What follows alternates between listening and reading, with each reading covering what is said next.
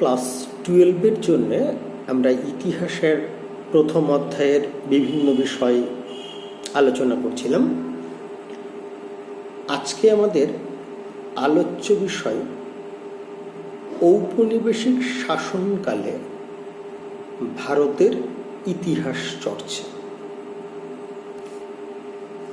এই আলোচনার আগে প্রথমে যেটা একটুখানি বলে নেওয়া ভালো, যে একটা সময় ছিল যখন ইতিহাস মূলত সাহিত্যের অংশ ছিল। গদ্য, পদ্য অথবা গল্পের আকারেই প্রথম ইতিহাস রচনা শুরু হয়েছিল। ইতিহাসকে তখন সত্যের অনুসারী হতে হবে, বিজ্ঞান ভিত্তিক হতে হবে, এরকম কোনো তাগিদ ঐতিহাসিকদের মধ্যে দেখা যায়নি। এবং বলা যেতে পারে যে মধ্যযুগ পর্যন্তও ভারতবর্ষের ইতিহাস চর্চার ক্ষেত্রে প্রকৃত ইতিহাস গ্রন্থের অভাব ছিল, এবং যে কারণে প্রাচীন ভারতের ইতিহাস রচনার ক্ষেত্রে আমরা দেখি প্রত্নতাত্ত্বিক উপাদানের উপরে বেশি নির্ভর করেই আমরা ইতিহাস রচনাতে অগ্রসর হই। তাছাড়া ভারতবর্ষে বিশেষ করে বিভিন্ন ধরনের গ্রন্থ পাওয়া গেলেও ইতিহাসমূলক গ্রন্থের সংখ্যা অন্তত প্রথম দিকে কম ছিল। এ কারণে পাশ্চাত্যের অনেকেই আমাদেরকে খোঁচা দিতেও ছাড়েনি যে ভারতীয়দের একটু ইতিহাস চেতনা কম ছিল, কিন্তু প্রকৃত তথ্য তা নয়। আসলে ইতিহাস সংরক্ষণের প্রয়াস হয়তো কম ছিল, বা আলাদা করে ইতিহাস গ্রন্থ রচনার তাগিদও কম অনুভব করে থাকতে পারে সুদূর অতীতের মানুষ। কিন্তু আমরা যদি সভ্য ইতিহাস চর্চা বা চেতনা আমাদের না থাকতো, তাহলে এত পূর্বে আমাদের দেশে মেহেরগড় বা সিন্ধু সভ্যতার মতো আধুনিক নব্যপ্রস্তর যুগের সভ্যতার অস্তিত্ব দেখা যেত না। তো যাই হোক, আমাদের মূল আলোচ্য হচ্ছে ঔপনিবেশিক ভারতে ইতিহাস চর্চা। তো সেখানে একটা জিনিস আমাদের ভাবতে হবে যে প্রাথমিক পর্বে ভারতীয় ঐতিহাসিকরা প্রধানত দেশীয় রাজপুরুষদের জীবনী বা আঞ্চলিক ইতিহাস ইত্যাদি রচনায় মনোনিবেশ করেছিল।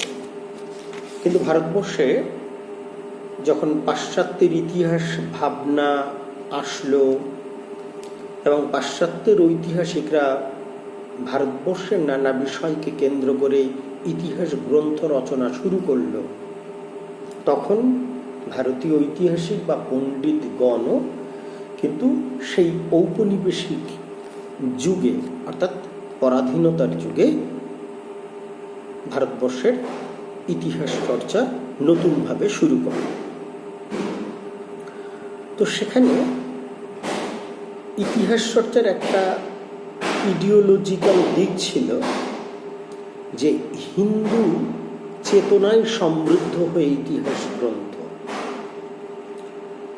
আসলে ব্রিটিশ অনেক ঐতিহাসিকরা তাদের ইতিহাস চর্চায় প্রাচীন ভারতীয় হিন্দু সভ্যতার সংস্কৃতিকে আক্রমণ করেছিল। হিন্দুদের সভ্যতার সংস্কৃতির এই আক্রমণ প্রতিহত করার জন্যে ভারতবর্ষের বহু পণ্ডিত এবং ঐতিহাসিক বা বিদগ্ধজনেরা তারা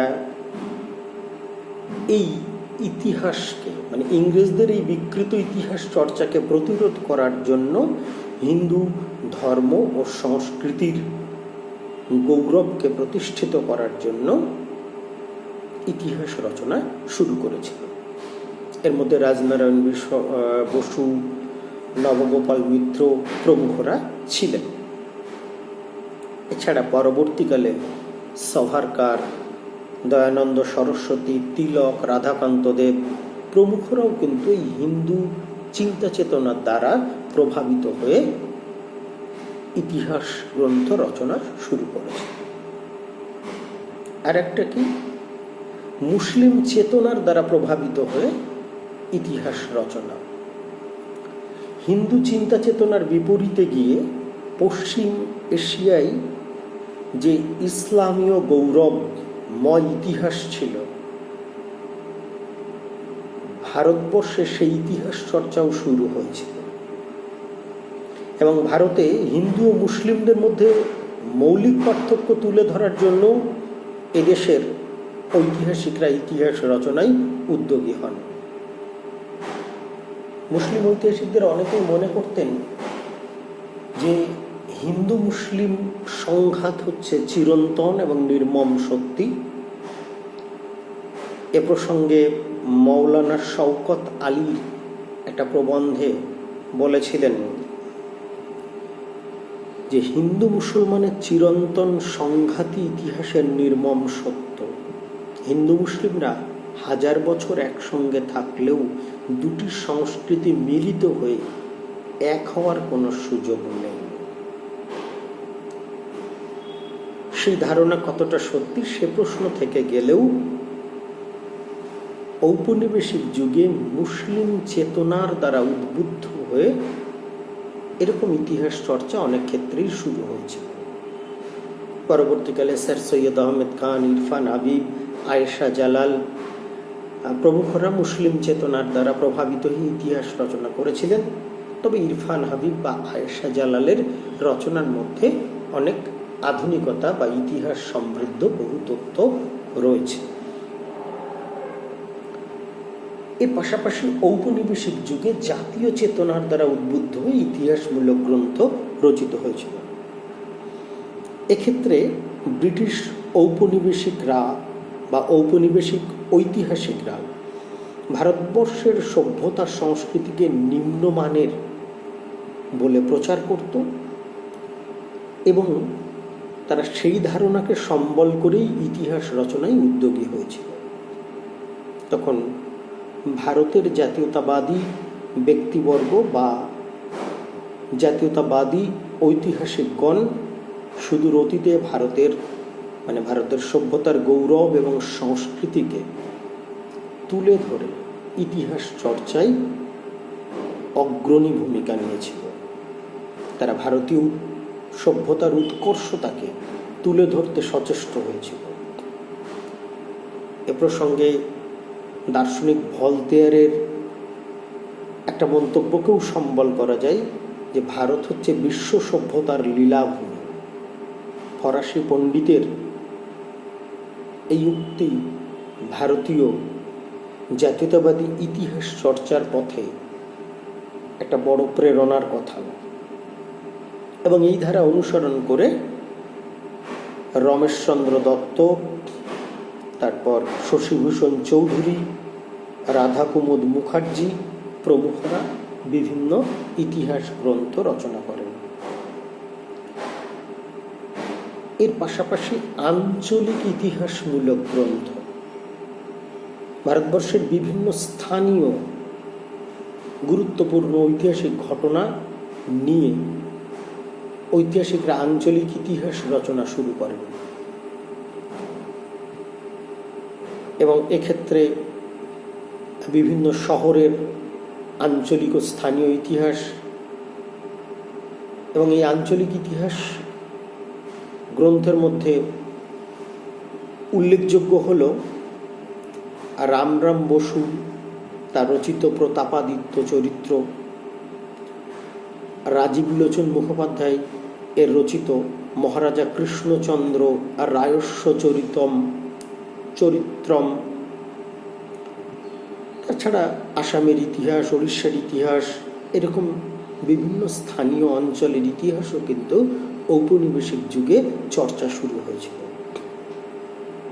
আর একটা ধারা হচ্ছে সামাজিক ইতিহাসমূলক নানা গ্রন্থ রচনা শুরু হয়েছিল, যেটা ভারতীয় ঐতিহ্য এবং সমাজ ভাবনায় উৎসাহিত হয়ে বহু ঐতিহাসিক এই ধরনের ইতিহাস গ্রন্থ রচনা করেন। এদের মধ্যে মাধব গোবিন্দ রানাডে, শিবনাথ শাস্ত্রী, দুর্গাদাস সান্যাল প্রমুখরা ছিলেন। সাংস্কৃতিক একটা ধারা। ভারতের সভ্যতা সংস্কৃতি অত্যন্ত সুপ্রাচীন। এই সনাতন সুপ্রাচীন সংস্কৃতির ঐতিহ্য ব্রিটিশরা তাদের শাসনকালে কালিমালিপ্ত করতে চেয়েছেন এবং এই ভারতীয় সংস্কৃতিকে কালিমালিপ্ত করার প্রচেষ্টার বিরুদ্ধে বহু ঐতিহাসিক ইতিহাস চর্চা শুরু করেছেন। এদের মধ্যে ক্ষিতিমোহন সেন, প্রমথনাথ মুখার্জি, সুকুমার সেন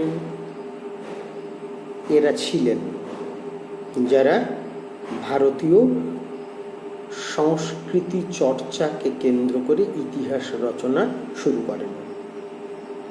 আসলে পাশ্চাত্যের মানুষজনের বিশ্বাস ছিল ভারতীয় সভ্যতার সংস্কৃতি নিম্নমানের এবং সেটাকে আঘাত করে ইতিহাস রচনা করলে ঐতিহাসিক সত্য হিসাবে ভারতীয় সভ্যতাকে নিম্নমানের বলে প্রতিষ্ঠিত করা যাবে। কিন্তু এর বিরুদ্ধে ভারতীয় ঐতিহাসিকরা দেশীয় ইতিহাস চর্চার মাধ্যমে ঔপনিবেশিক যুগেই ভারতের প্রগতিশীলতা, ভারতবাসীর দেশপ্রেম, তাদের উচ্চ নৈতিক আদর্শ প্রভৃতি তুলে ধরে কিন্তু ইতিহাস চর্চা করেছিলেন, যা ভারতবর্ষকে বিশ্বের দরবারে বিশেষ আসন দিয়েছিল। তাহলে ঔপনিবেশিক যুগে পাশ্চাত্যের ঐতিহাসিকদের বিকৃত ইতিহাস চর্চার সূত্র ধরে ভারতবর্ষের ঐতিহাসিকরা যে ইতিহাস রচনার বা ইতিহাস চর্চার ধারা শুরু করেছিলেন তা প্রকৃতপক্ষে আমাদের পক্ষে মঙ্গলজনক হয়েছিল। ভারতীয় ইতিহাসকে উজ্জ্বলভাবে উপস্থিত করা গেছিল। রবীন্দ্রনাথ ঠাকুর এ প্রসঙ্গে বলেছেন, ভারতের ইতিহাস যে ইতিহাসের মূল সুর, ঐক্য এবং সমন্বয়ের। তাহলে ভারতীয় সভ্যতা, সংস্কৃতি, রাজনীতির মধ্যে যে ঐক্য এবং সমন্বয়ের স্বর রয়েছে তা কিন্তু ঔপনিবেশিক যুগের ভারতীয় ইতিহাসের রচয়িতাদের রচনা বা চর্চার মধ্য দিয়ে বিশ্ব দরবারে প্রতিষ্ঠা করা গিয়েছিল। তাহলে ঔপনিবেশিক যুগে যে ইতিহাস চর্চার ধারা শুরু হয়েছিল সেটা বেশ কতগুলো দৃষ্টিভঙ্গির পরিপ্রেক্ষিতে আমরা ভাগ করে নিই।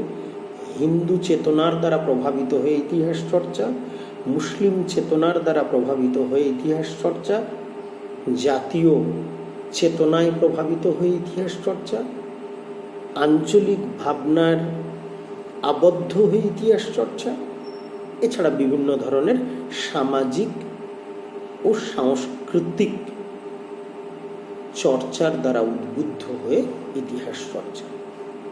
এই হচ্ছে মূলত পরাধীন ভারতবর্ষে বা ঔপনিবেশিক যুগে ভারতবর্ষের ইতিহাস চর্চার অগ্রগতি।